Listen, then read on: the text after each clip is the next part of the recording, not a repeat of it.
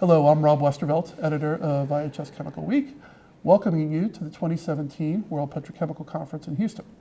And I'm delighted today to be joined by Ignacio Torras, who is president of Tricon Energy. Ignacio, thanks for joining us again.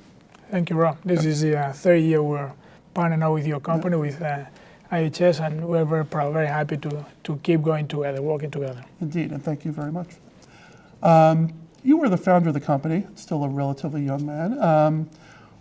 You recently had a CEO transition. Why did you bring in a seasoned CEO at this time? Thanks a lot. Yeah, we founded the company 21 years ago. Next April is going to be 21 years. And during this period, the company is expanding and growing, not only on size, but also on complexity. We have now different business lines. We trade and we market liquid chemicals, commodities, all the way to polymers, pet coke, or dry bulk commodities. We have a very large distribution business in Brazil for diesel. And the different complexity of the different business lines that we have bring challenges, but they also bring great opportunities. If we know how to make sure that the business lines cooperate, work together, that we make sure that everyone on the company has the same goals when it comes into the performance, the culture of the company. And we realize in order to achieve those opportunities, to take size of these opportunities, we need to add and just more people than just only commercial people. Of course, commercial trading, day-to-day marketing is the bottom base, is the bottom bread of the company.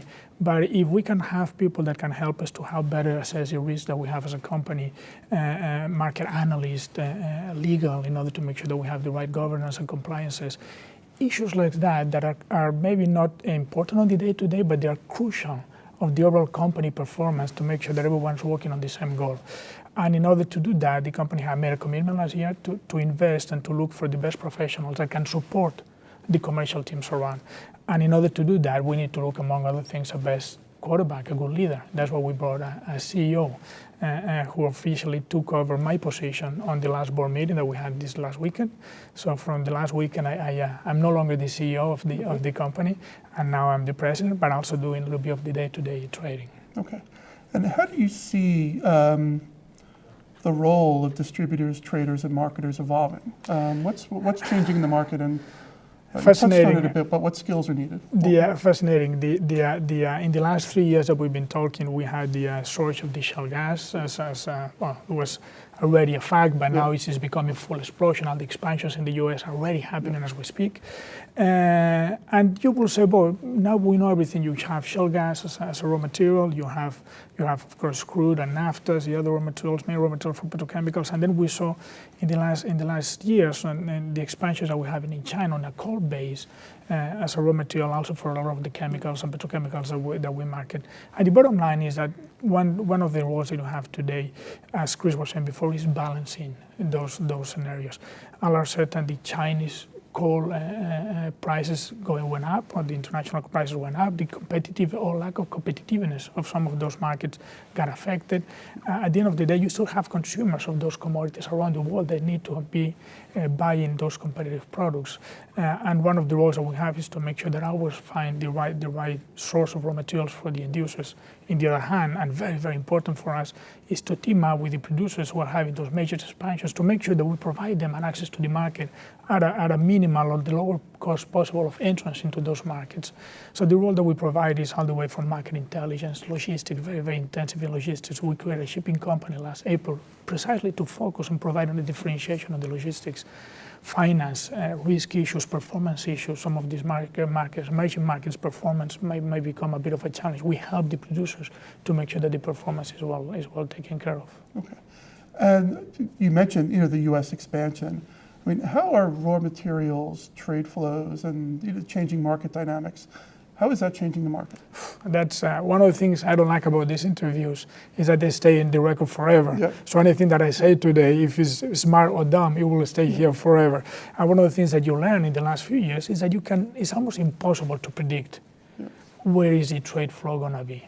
3 or 5 years ago, shale gas was absolutely the dominant supplier. Then the naphtha-based crackers in the last 2 years been performing extremely well. Now again, as I was saying before, you have the coal effect in this we don't know, and that's why the role of the trade or the market becomes so much more important, because it's very hard to predict exactly what is going to be the scenario in the next 6 months. Give it away the next 2, 3, or 4 years. The only thing we know is we have populations that need to consume those products. You have assets that are going to produce those products, and those assets need to find the best netback for the products that they produce on a long-term basis, and the consumers need to find the most competitive supply for their needs, also on a long-term basis. And that's where our role becomes so much more important. To tell you that certain commodities are going to move from east to west or from north to south today is a risk I don't want to take, because someone is going to listen to this interview in 2 or 3 years from now and say, you said that. It's hard to predict. And final question, how, you went through the changing dynamics. I mean, how do you think that changes the role that service providers like you provide to the market? One of the big changes is happening. For example, in the U.S. now, the big expansion, of course, is shale gas, and the shale gas is in the hands of people like Chevron or Lyondell or Exxon or Dow. Those people who have a much more strong marketing position. That might have someone coming maybe from Asia, from China. They have offices around the world. Their brand has been known for many, many, many years.